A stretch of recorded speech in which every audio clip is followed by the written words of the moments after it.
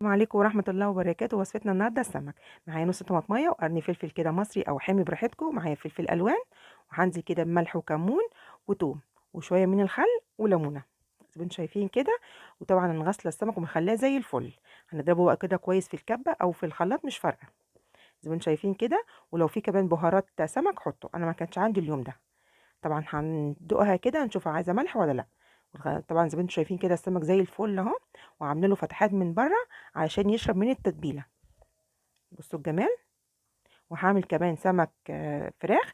احنا في اسكندريه بنقول عليه سمك فراخ، لكن بقيه البلاد مش عارفه بتقول عليه ايه بصراحه. هحط كده برضو شويه من التتبيله دي، وهسيبهم كده حوالي ساعتين.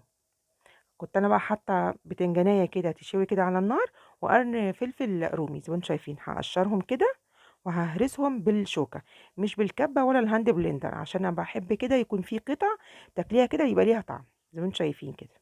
هنزل بقى بليمونه، وهنزل بتوم وكمون وملح، وهنزل معلقه كبيره كده من التتبيله اللي لسه عاملينها زي ما انتم شايفين. وهقلب كده، وهنزل بقى بمعلقتين 3 من الطحينه ومعلقتين من الزيت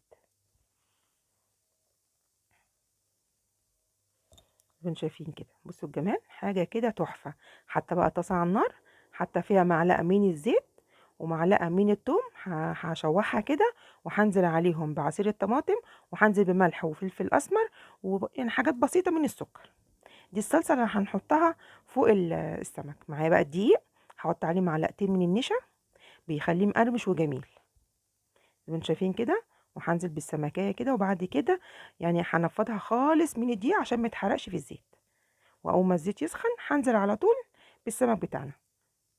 وهما كانوا طالبين كشري مش طالبين رز صيادية. ايه رأيكم بقى في الاكل بتاعي؟ يا رب الوصفة تعجبكم. السلام عليكم ورحمة